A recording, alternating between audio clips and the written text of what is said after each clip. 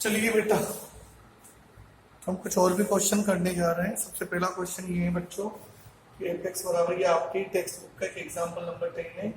F X बराबर sine X minus cos X और x बराबर एक्स 0 से पाई तक है। और आपसे बोला जा रहा है कि इसके लिए इंटरवल निकालो जब फंक्शन इंक्रीजिंग हो और जब फंक्शन डिक्रीजिंग हो, जो फलन वर्धमान हो और दूसरा जब हास्यमान हो। सब इंटरवल पूछ रहा है, तो ये क्या गिवन है? ये तो बेटा ट्रिग्नोमेट्रिक कंडीशन गिवन है। जो ट्रिग्नोमेट्री की वैल्यू तो चलती जाती है खूब सारी, तो हमें जो इंटरवल बनाने हैं बच्चों वो केवल 0 से और पाई के बीच के ही बनाने हैं, उससे ज्यादा हमें आगे नहीं जाना। तो शुरू कहां से करोगे? एफ एक्स बराबर sine X minus cos X, कोई differentiation with respect to X, ये क्या हो जाएगा आपका F dash X cos X और इसका साइन एक्स। ओके, और बेटा जब भी इंटरवल निकालना होता है इस एफ डैश एक्स को 0 के बराबर करा दो। ये क्या हो जाएगा cos x plus sine x बराबर 0, जिससे साइन एक्स बराबर क्या हो जाएगा माइनस कोस एक्स और इससे टेन एक्स बराबर माइनस। बच्चों पहला काम तो वही है कि डिफरेंशिएशन करें, और इंटरवल बनाने के लिए बेटा डिफरेंशिएशन को 0 के बराबर करें, उससे हम x निकालेंगे। तो इससे x क्या निकल जाएगा हमारा पाई माइनस पाई बाई 4। क्यों? क्योंकि प्लस का वन तो पाई बाई 4 होता है, लेकिन ये हमारा क्या नेगेटिव है सेकंड में, क्योंकि हमें 0 से पाई तक जाना है, 0 से पाई तक ही जाना है। तो ये क्या बन जाएगा आपका x बराबर 3 पाई बाई 4। ये क्या कहलाएगा हमारा क्रिटिकल पॉइंट, क्रांतिक बिंदु। ओके, अब बेटा जो वो एरो वाला फंडा होता है ना, वो तो एलजेब्रिक के लिए होता है, सिंगल पावर एलजेब्रिक, लेकिन ये ट्रिग्नोमेट्री है, तो ट्रिग्नोमेट्री को हम टेस्टिंग से इस्तेमाल कराएंगे। कैसे? देखिए, हमें वैल्यू कहाँ से कहाँ तक चलानी है, 0 से पाई तक चलानी है बच्चों, और इसमें 3 पाई बाई 4 भी आ रहा है, तो दो इंटरवल बनेंगे, एक तो 0 से लेके 3 पाई बाई 4 का, और एक बेटा 3 पाई बाई 4 से लेके पाई तक। ये दो इंटरवल बनेंगे, दो इंटरवल बनेंगे। तो पहला इंटरवल लेके चलते हैं बच्चों x 0 से 3 पाई बाई 4। तो बेटा ट्रिग्नोमेट्री के लिए तो सबसे बढ़िया तरीका होता है टेस्टिंग मेथड यूज करा लें। एफ डैश एक्स को टेस्ट कराएंगे। एफ डैश एक्स कौन है हमारा cos x plus sine x, इनके बीच की वैल्यू कोई सी बीच की वैल्यू पुट करा दो,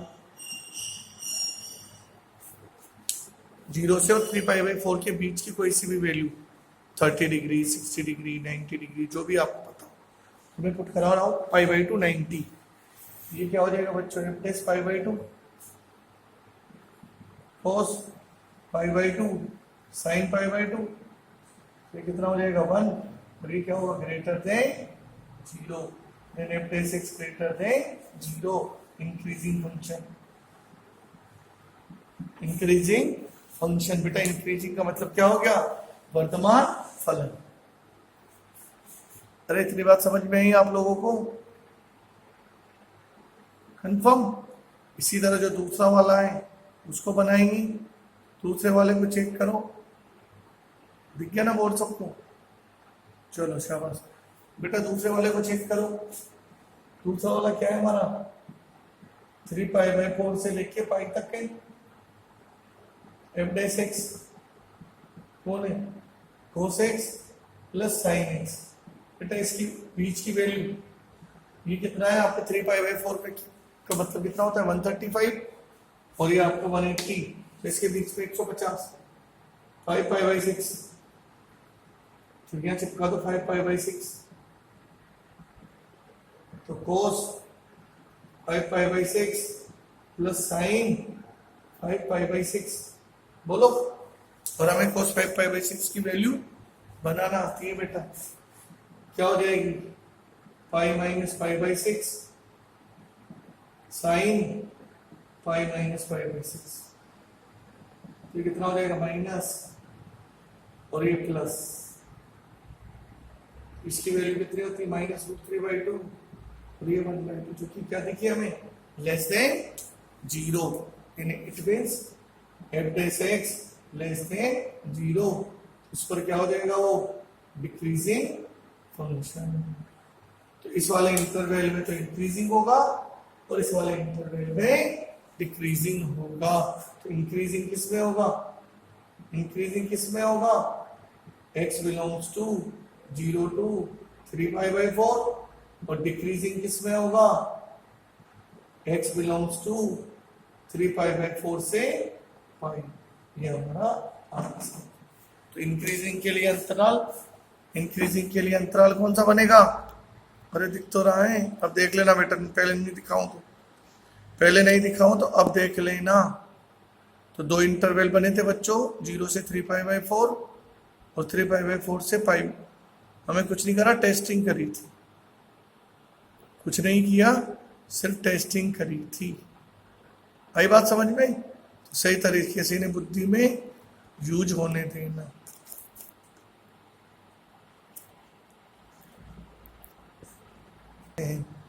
अच्छी तरह से समझना, इस तरह से ट्रिग्नोमेट्री को यूज कराया जाएगा। इसमें तो छोटे छोटे क्वेश्चन हो रहे, जैसे एक क्वेश्चन है बेटा कि f(x) बराबर a पावर x और x बिलोंग्स टू r के लिए चेक करो जहां a ग्रेटर देन 0 हो, a ग्रेटर देन 0 के एक से बड़ा हो।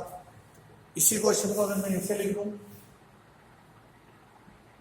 a power x x belongs to r के लिए चेक करो जब a की वैल्यू 1 से छोटी और 0 से बड़ी हो। बेटा हमें ये चेक करना है कि ये जो दोनों फंक्शन दे रखे हैं ना, ये इंक्रीजिंग है या डिक्रीजिंग है, वर्तमान है या हास्यमान है।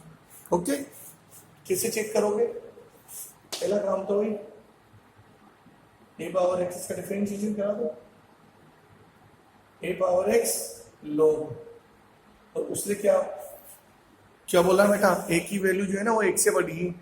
1 से बड़ी कितनी मान लो? 2 मान लो, 3 मान लो, 4 मान लो।